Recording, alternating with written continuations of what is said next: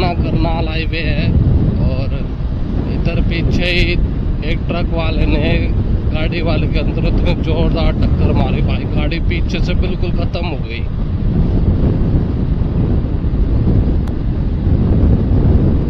अब देखो भाई क्या सलूशन निकालते हैं, कॉम्प्रोमाइज करते हैं या फिर ट्रक वाला पूरा पेड कर देगा उन्हें, जितना भी खर्चा आएगा उनका। वैसे तो उनका इंश्योरेंस होगा, बट यार इंश्योरेंस का मतलब ये नहीं होता ना कि भाई कोई भी गाड़ी आ जाए और बचा के चला जाए, तो बस यही वाली बात रहती है।